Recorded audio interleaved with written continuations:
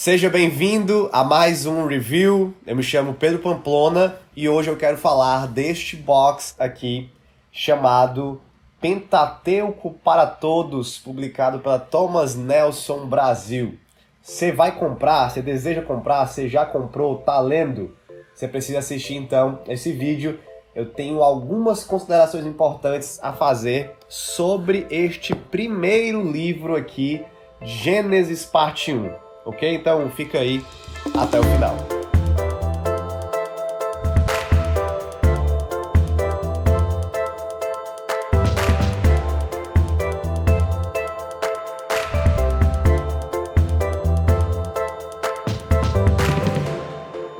Muito bem, vamos então falar sobre Pentateuco para Todos. Estou aqui com os 4 livrinhos desta série de comentários de John Goldingay, publicado pela Thomas Nelson Brasil. Eu comecei a ler essa série e li e já encerrei aqui o primeiro comentário de Gênesis capítulo 1, né, até o 16. Gênesis parte 1, né, do capítulo 1 até o 16. E eu gostaria de fazer alguns comentários importantes aqui para que você tenha noção do que você está lendo antes de ler, ou se você já leu, né? Ou se você está lendo. Enfim. E a pergunta que eu quero fazer é: Pentateuco para todos é para todos mesmo?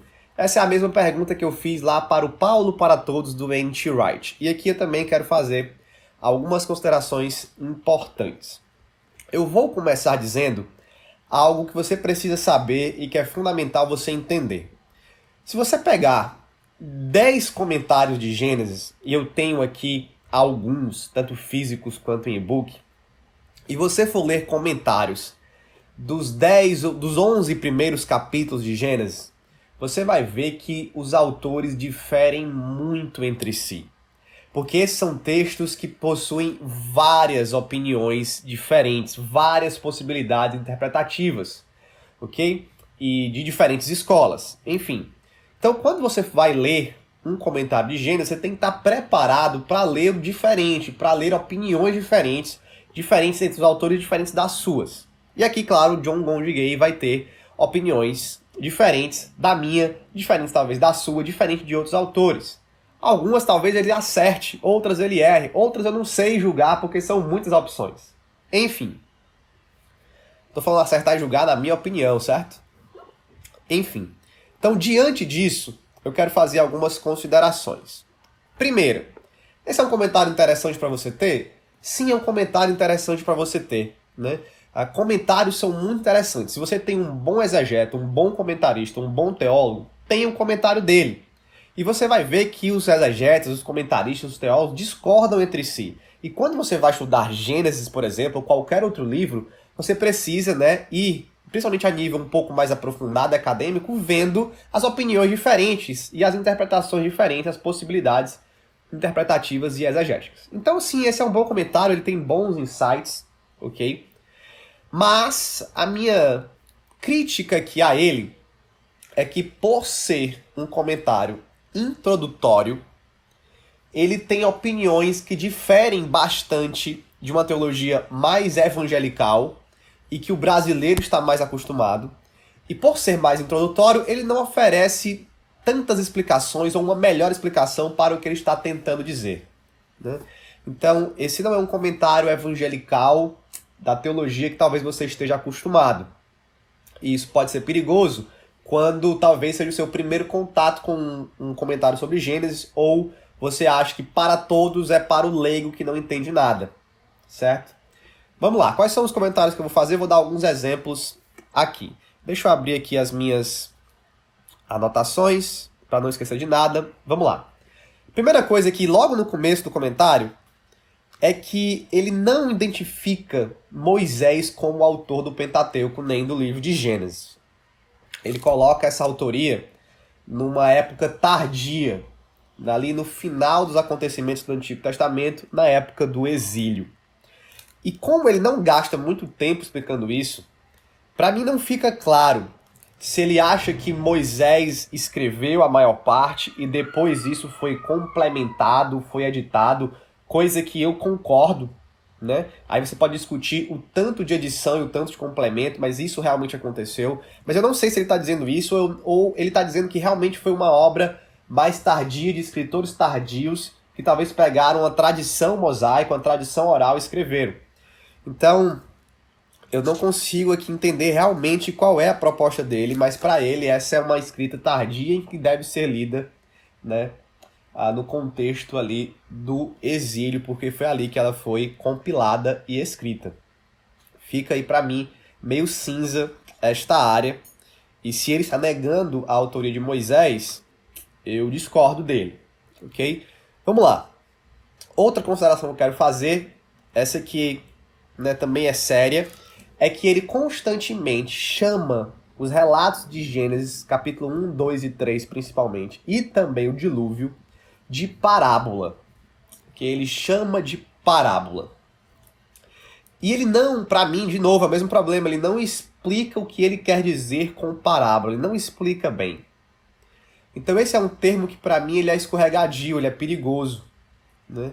Você pode entender por parábola alguma história que está sendo contada ali só para ilustrar algum ponto, mas não aconteceu de verdade, ou que aconteceu de verdade, mas não necessariamente da forma literal que está escrita. Então, eu até concordo com várias coisas que ele diz sobre esses capítulos de Gênesis, mas esse termo parábola faltou uma explicação melhor. Ele pode confundir o leigo, ele pode confundir aquele que está tendo o primeiro contato. Ok? Essa é a minha segunda consideração.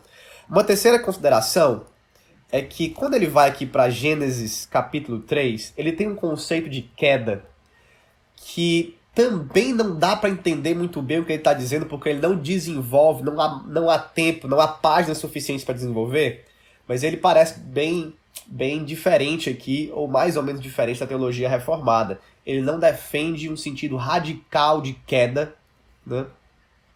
Mas ele vai defender, vamos dizer assim, um tipo mais ameno de queda ou de pecado original. Okay? Ele não acha que o ser humano era eterno antes, por exemplo, e ele entende ali que a relação de Deus não foi rompida completamente, e de novo, né, isso eu posso tanto concordar com isso como discordar, mas falta ele explicar melhor o que ele quer dizer com essas palavras, por faltar aqui páginas, por ser algo introdutório.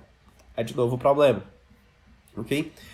A minha crítica mais séria a ele, que inclusive está aqui marcada, é quando ele chega no capítulo 6. E ele vai falar que Deus é pego de surpresa por acontecimentos futuros. E de novo, ele tem uma linguagem ali meio dúbia e que não dá para entender a fundo o que ele quer dizer, mas o texto é estranho para a minha teologia. Eu vou citar aqui o que ele diz, na página 138. O Antigo Testamento implica que Deus, com frequência, é surpreendido, em geral, de formas desagradáveis. Eu discordo radicalmente disso. Também deixa claro que Deus é capaz de saber o que irá acontecer no futuro, mas nem sempre parece exercer essa capacidade, vivendo assim em tempo linear conosco. Deus é eterno no sentido de viver o tempo todo, mas Deus não é atemporal. Ele vive principalmente no presente e, portanto, pode ser pego de surpresa pelos fatos. Porém, ele não é surpreendido pelos eventos a ponto de não ser capaz de lidar com eles. Acho esse texto bem estranho, bem problemático, certo? John Golding Gay aqui, para mim, foi longe demais. Ok? Não concordo com isso. Deus sabe todas as coisas, Deus não é surpreendido pelo futuro, nem de forma desagradável, nem de forma agradável. Deus vive fora do tempo, sim, não vive no tempo linear conosco, né, apenas. E para mim esse texto aqui é bem problemático, ok? Então são essas as grandes considerações que eu queria fazer, tá bom? Se você é um leigo, né, eu não recomendo que você comece por esse Pentateuco para todos. Se esse é seu primeiro contato com Gênesis, estude outros livros sobre Gênesis, outros comentários. Okay? Nós temos alguns comentários em português sobre Gênesis mais introdutórios. Você pode ler um ótimo livro de Tremper Longman chamado Como Ler Gênesis, indico ele demais. E aí quando você pode pegar a Bíblia NAA, por exemplo, e ler Gênesis lendo todos os comentários, todas as introduções, é muito bom, você vai aprender muito. E aí depois você pode, quando você tiver uma base, você pode vir aqui aprender com o John Goldingay coisas boas que ele fala, né? Tem coisas muito boas, insights muito bons que ele fala aqui, mas tem esses problemas. E aí eu deixo para você escolher se você vai, né, adentrar essa obra ou não. A parte 2 aqui dele, né, é melhor porque não comenta Gênesis 1 a 11, né? Mas não li todo ainda, estou lendo, já li várias partes e estou gostando também dessa parte aqui, quando ele começa, desde que ele começou o capítulo 12, né, a história agora da família de Abraão, né, e o texto é bem melhor, certo? Fica mais bacana e você aprende muita coisa. Eu tirei muitas lições aqui das histórias, que às vezes a gente não tira as lições e não vê realmente qual é o ponto dessas histórias. O John Goldingay vai ajudar muito nisso. É muito bacana. Mas esses capítulos introdutórios aqui com esses pontos, né, são problemáticos. Claro, você não vai jogar tudo fora por causa deles, mas fica aqui o meu alerta sobre isso. Então, para esse primeiro aqui de Gênesis, tem uma base melhor, mais evangelical, né? Logicamente, eu estou defendendo aqui o meu lado teológico, então você pode entrar aqui no John Goldingay para todos, que eu diria que não é para todos, porque eu não recomendo para os leigos que vão ter o primeiro contato com o comentário de Gênesis. Mas é uma ferramenta de estudo para você ir conhecendo outras opiniões e boas coisas também que há nesse material. Tá bom? Então é isso, esse é o vídeo que eu queria fazer hoje, já está ficando longo demais. Muito obrigado por você ter assistido até aqui. Se você quiser comprar e estudar, aqui estão os links na descrição. Você pode pegar os links do review aqui também para assinar. E não se esqueça de se inscrever aqui no canal, compartilhar esse vídeo aí com o pessoal e dar o like para fortalecer aqui o nosso canal, o nosso trabalho. Muito bem, é isso. Espero que Deus tenha te edificado, que Deus abençoe a tua vida, que Deus abençoe as tuas leituras. E até o próximo vídeo. Valeu!